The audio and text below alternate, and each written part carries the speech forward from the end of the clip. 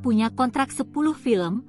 Nasib Abidzar dibongkar Umi Pipik usai tuai kritikan. Seruan boykot ramai menggema dari para pecinta Korean drama yang kecewa dengan pernyataan Abidzar. Setelah beberapa hari ditayangkan, film Abidzar tersebut dikabarkan hanya sedikit ditonton dan mendapat rating yang rendah. Seolah ingin membantah tudingan tersebut, Umi Pipik pun gencar membagikan suasana saat film putranya itu ditayangkan di bioskop. Selain itu, Umi Pipik juga menyangkal nasib Abidzar yang diprediksi akan meredup usai sikapnya saat mempromosikan film tersebut. Sebaliknya, Umi Pipik justru menyebut bahwa kini Abidzar sudah menandatangani 10 judul film yang akan segera melakukan proses syuting. Gak apa dua, alhamdulillah anak dua saya kuat, gak terpengaruh, malah rezekinya nambah, masih ada kontrak 10 film lagi YGBLM syuting, kata Umi Pipik melalui instastory-nya. Umi Pipik juga turut mengungkap kondisi sang putra yang hingga kini baik-baik saja meski mendapat banyak hujatan.